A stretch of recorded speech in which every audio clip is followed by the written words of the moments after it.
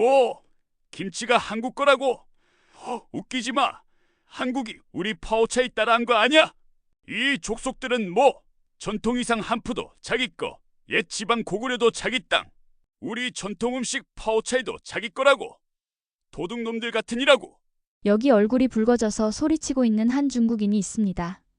한국이 중국의 모든 걸 빼앗아가려 한다고 난리치고 있는데요. 도대체 무슨 일이 일어난 건지 함께 알아보겠습니다. 애청자 여러분들 1초만 투자하여 좋아요 부탁드립니다. 그럼 오늘의 사연 시작합니다. 안녕하세요. 제 이름은 사브리나입니다. 러시아 출신으로 얼마 전 결혼을 하고 사업을 하는 남편을 따라 중국 허베이성에 오게 되었어요. 남편이 사업을 시작한다고 해서 설레는 마음으로 함께 이사했는데 결론부터 말하면 지옥이 따로 없더군요. 처음 이곳에 도착했을 때부터 뭔가 불길했어요. 이게 말로만 듣던 스모그인 것 같았어요. 하늘은 늘 잿빛, 공기는 숨 쉴 때마다 목이 따끔거릴 정도로 탁해요. 밖에 한 발짝만 나가도 코와 목이 칼로 긁힌 것처럼 아파서 결국 항상 마스크를 쓰고 다니는 처지가 됐죠. 그나마 마스크라도 없으면 숨이 막혀 죽을지도 몰라요. 러시아의 맑은 공기가 그리울 줄은 꿈에도 몰랐어요. 그리고 중국인들, 너무 지저분하고 시끄럽고 솔직히 말해서 충격의 연속이에요. 길거리에서는 하루도 조용할 날이 없어요. 그들의 대화 방식은 싸우는 건지 말다툼인지 도통 구분이 안 가요. 저도 몇 번이나 깜짝 놀라 겁에 질려 도망칠 뻔했답니다. 그리고 길거리는 말할 것도 없어요. 도대체가 이놈의 나라는 길거리 환경미화에는 신경도 안 쓰는 건지 쓰레기 천지에 공공장소에서 남자들이 대놓고 소변을 보는 건 기본이에요.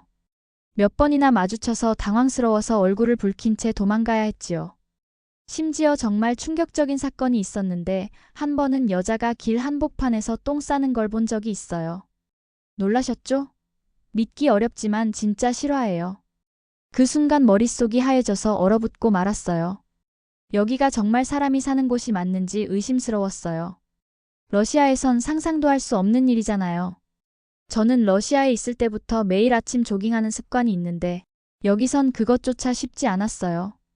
길이 울퉁불퉁하고 포장이 엉망이라 조깅하다가 그만 돌부리에 걸려 넘어졌어요.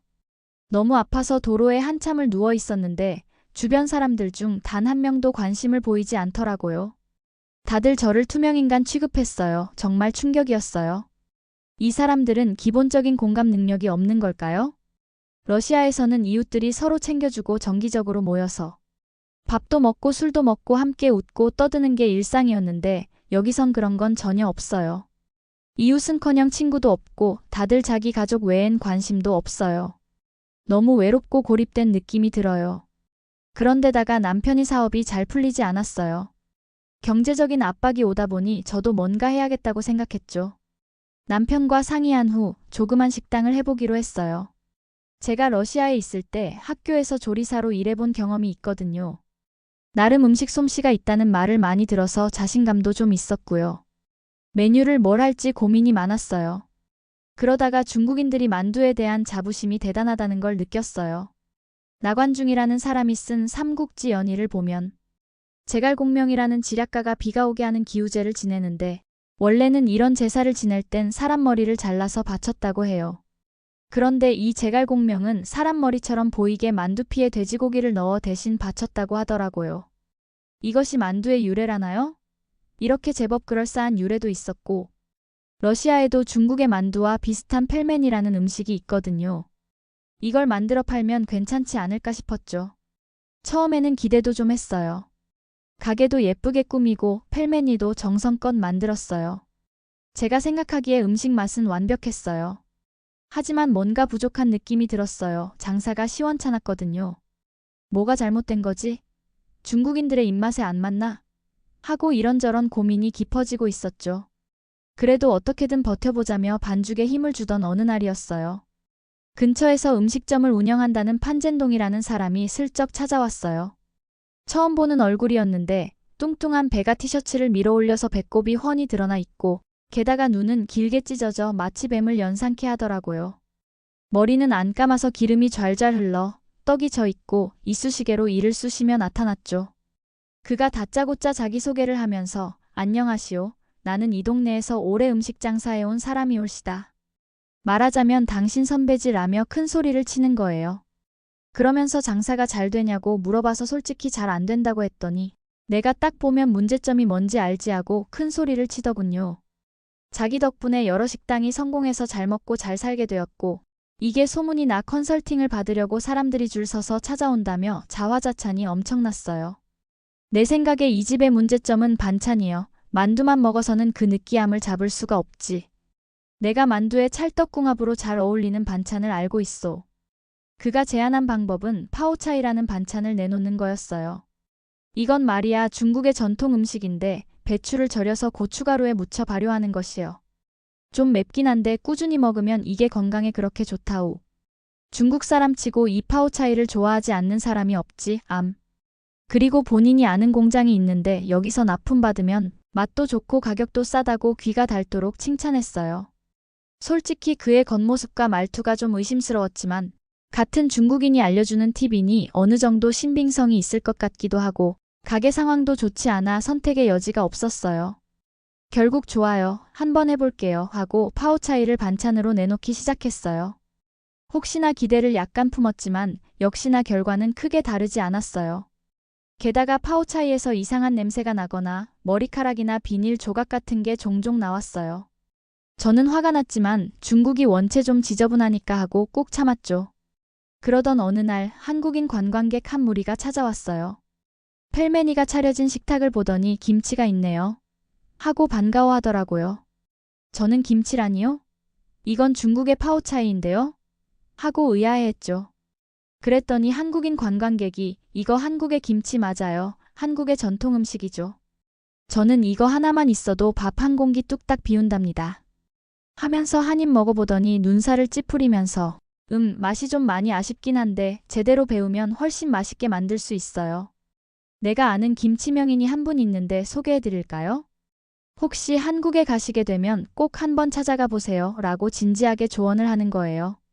저는 얼떨떨했어요. 근데 마침 장사가 안 돼서 고민이 많았기에 한국에 가서 저 김치라는 것을 배워오는 게 어떨까?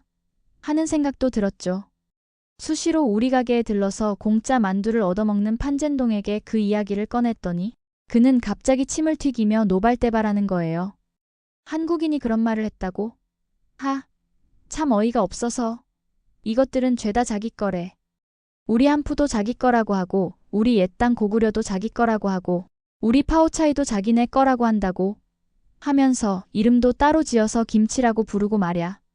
이거 다 거짓말이니까 절대 믿지 말라 해. 라고 목소리를 잔뜩 높이더라고요. 그러면서 한국인들은 다 도둑놈들이다. 미개한 국민이다. 중국의 속국이어서 뭐든지 따라하려고 한다라는 등 한참을 설교하였어요. 제가 본 그 한국인 관광객분들은 인상도 좋으시고 예의도 바르셨거든요. 저는 이 판젠동을 점점 불신하기 시작했어요. 그러면서 메뉴를 바꾸거나 다른 메뉴를 추가해보라는 둥, 만두 맛이 좀 싱겁다는 둥, 파오차이 자체는 문제가 없다는 둥 계속 우겨댔어요. 아무리 들어봐도 뭔가 찜찜했어요. 그래서 그날 장사를 일찍 마치고 그가 전에 말해주었던 판젠동의 가게를 슬쩍 찾아가 보았지요. 그런데 이게 웬걸 가게 안이 엄청 지저분하고 손님이 하나도 없었어요. 밖에서 보기만 해도 파리만 날리고 조명이 어두침침해선 마치 폐업한 식당처럼 보였지요. 딱히 장사가 잘 될 분위기는 절대 아니더라고요. 그 모습을 보는 순간 이 사람 말을 신뢰해도 되는 걸까? 하는 의심이 확실히 들었어요. 가뜩이나 몸도 마음도 지쳐있던 참이었는데 한국인 관광객의 말대로 여행도 할 겸 한국에 한번 가볼까 싶더라고요. 지금 당장 떠난다고 해서 모든 게 해결되진 않겠지만 그 사람이 말하는 한국의 김치라는 게 대체 뭔지 직접 경험해보고 싶었어요. 파오차이와 김치가 어떻게 다른지, 왜 맛이 그렇게 차이가 나는지 궁금해졌거든요. 그래서 결심했어요. 그래, 한국으로 가보자. 러시아를 떠나 중국에 왔던 것처럼 이번엔 조금 다른 도전이겠지만 이대로 중국에서 답답하게 지내느니 새로운 길을 찾아보는 게 낫겠다 싶었어요. 남편도 요즘 사업이 힘들어했으니 두 사람 모두 환기를 위해 여행 겸 새 지평을 열어볼 필요가 있다고 봤거든요. 한국에 도착한 순간부터 저는 완전히 다른 세계에 발을 디딘 기분이었어요. 공항 문을 나서자마자 깨끗하고 현대적인 건물들에 놀랐고 표지판이 알기 쉽게 정돈되어 있더라고요. 화장실에 갔더니 휴지도 넉넉하고 변기엔 첨단 비데까지 달려 있어서 입이 떡 벌어졌어요. 친절한 공항 직원들은 영어로 길을 설명해주고 미소를 지으며 도와주었어요.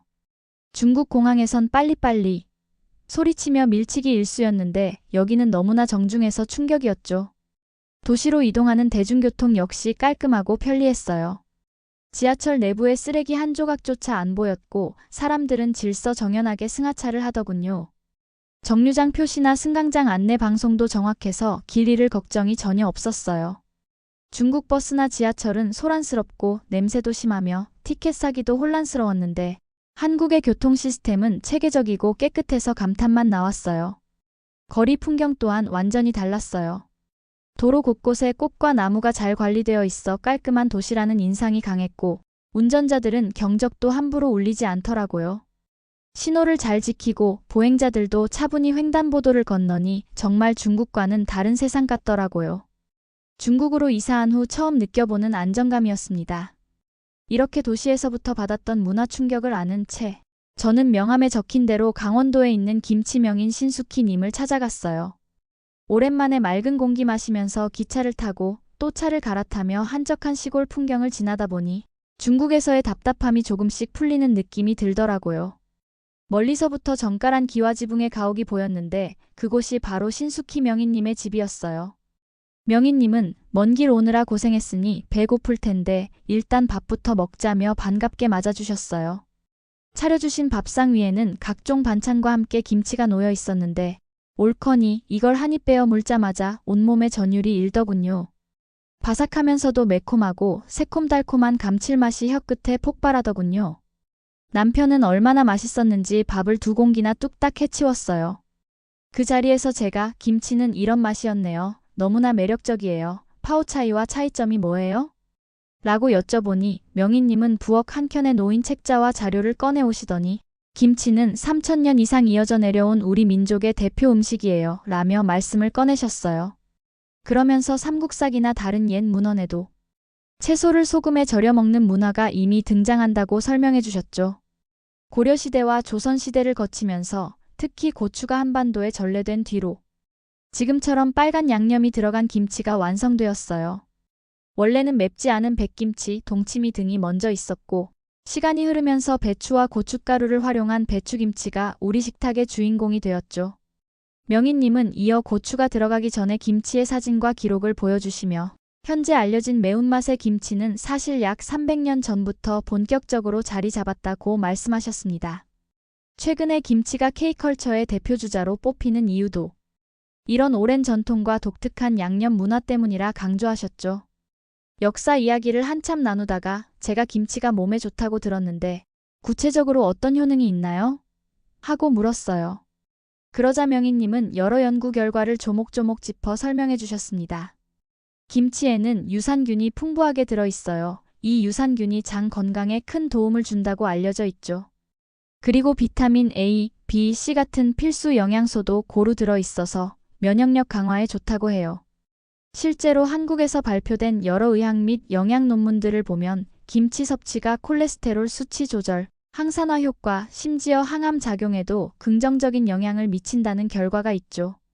명인님은 특히 발효 과정에서 생겨나는 풍부한 유익균들이 김치의 핵심이라고 강조하셨어요. 절인 배추에 고춧가루, 마늘, 생강, 파, 무, 젓갈 등 다양한 재료가 어우러져 발효가 진행될 때 맛과 영양을 동시에 끌어올리는 시너지 효과가 나타난다는 겁니다. 사실 중국이 김치를 자기네 파오차이가 원조라고 주장하는 근거도 둘 다 절임 채소 문화라는 공통점이 있기 때문이죠. 하지만 파오차이의 발효 환경이나 사용 재료가 김치와는 상당히 달라요. 김치는 시간이 흐르며 변화하는 맛, 그리고 고추 기반의 매운 양념이 주는 다층적 향미가 핵심이죠. 이런 깊은 맛 때문에 전 세계적으로도 사랑받고 있는 거랍니다. 신숙희 명인님은 덧붙여서 김치가 워낙 국제적으로 명성이 높아지다 보니 중국이 욕심이 나서 이를 자기네 전통 음식이라고 주장하고 있다며 하지만 김치만의 오랜 역사와 다양한 연구 데이터가 이미 충분히 뒷받침되고 있기 때문에 한국 음식이라는 사실은 변하지 않아요 라고 단언하셨어요. 저는 그간 중국의 행태를 직접 경험해왔기 때문에 이런 상황이 충분히 이해가 되었어요. 그러한 상황 속에서 묵묵히 김치의 진정한 모습을 널리 알려주고 계시는 명희님이 존경스러웠어요. 그렇게 공부만 하는 것보다 직접 김치를 담궈보는 것이 제일 도움이 될 거예요. 마침 옆방이 비어있는데 며칠 머물면서 한번 배워보세요 라고 말해주셨어요. 저희는 일면식도 없던 외국인 부부에게 선뜻 방을 내어주시는 모습에 감동받았어요. 또 너무나 감사했죠. 이틀 뒤 김장하는 날이 되었어요. 아침부터 명희님 집 마당은 시끌벅적했죠. 놀랍게도 동네 사람들이 하나둘 모이는 것이 아니겠어요? 그런데 이게 단순히 모여서 요리를 만든다가 아니라 동네 잔치 같은 분위기였어요. 동네 애들, 아주머니, 아저씨, 할머니, 할아버지들까지 총출동해서 배추를 소금에 절이고 양념을 묻히고 무채를 썰고 파, 마늘, 생강을 다듬으면서도 웃고 떠드는 소리가 끊이질 않았어요. 모두가 함께 협력하며 즐겁게 일하니 시간 가는 줄 몰랐답니다. 특히 할머니, 할아버지들은 말도 잘 통하지 않는 외국인인 저와 남편을 살뜰히 챙겨주셨어요. 힘들지? 이거 먹고 힘내. 하며 간식거리도 건네주시고 식사 때마다 밥상에 자리까지 만들어주시는 거예요. 또 노인정이라는 곳에 초대받아서 화투라는 카드를 가지고 게임을 했는데 이게 생각보다 머리를 많이 쓰는 전략적인 게임이라서 저랑 남편이 매번 졌어요. 타짜한테 함부로 덤비면 안 되는겨 라고 깔깔 웃으시는 할머니, 할아버지들의 모습이 얼마나 귀엽고 정겨웠는지 몰라요. 한국에서 머무는 며칠 동안 우리는 너무나 행복했고 그동안의 스트레스가 다 풀리는 듯 했습니다. 국가와 그 국가의 국민성이라는 것이 이렇게 중요한 것인지 뼈저리게 느꼈습니다. 솔직히 말하면 중국은 말할 것도 없고 조국 러시아보다 한국에서 계속 살고 싶었어요. 그렇게 시간이 흘러 한국에서의 체류가 끝나갈 무렵 할머니들과 작별해야 했는데 서로 정이 너무 많이 들어서 저도 모르게 눈물이 흘렀어요.